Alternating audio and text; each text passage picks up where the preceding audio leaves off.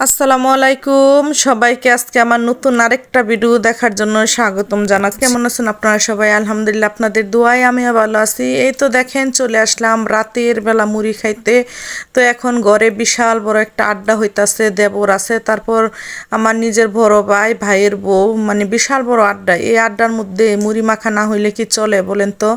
তো সবাই সিনেমা দেখতেছে আর আমি সবার জন্য ঝাল ঝাল করে একটা মুড়ি মাখাইতাছি।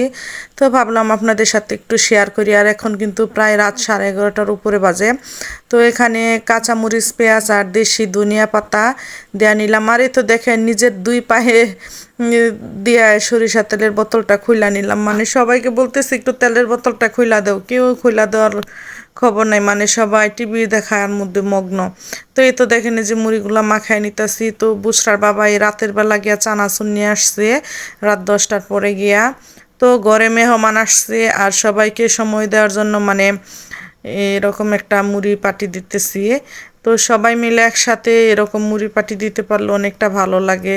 তো দেখেন চানাচুরটা দেখতে যা হয়েছে না, আসলে মনে হইতাছে এভাবেই খাইয়া ফেলি মুড়ি ছাড়াই।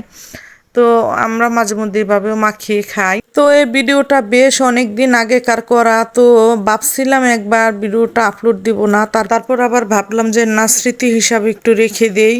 কোনো একদিন হয়তো বা এই মানুষগুলা পাশে থাকবে না, তখন তারা মানে তাদেরকে খুব মিস করব, যখন তখন হয়তো বা একটু ভিডিওটা দেখতে পারবো বা কোনো এক সময় বলতে পারবো যে দেখো এভাবে আমরা একসাথে মিলে আড্ডা দিছি, ওইটা ভেবে মানে ভিডিওটা আজকে আপলোড দিলাম। তো আমার ভিডিওটা কেমন লাগলো সবাই কমেন্টের মাধ্যমে জানাবেন। আর আমাদের মতন এরকম রাত 12টার দিক দিয়ে মানে কে কে চানাচুর মাখা খান কমেন্টের মাধ্যমে জানাবেন। আজকের মতো এই পর্যন্তই, ভালো থাকবেন সবাই। আল্লাহ হাফেজ।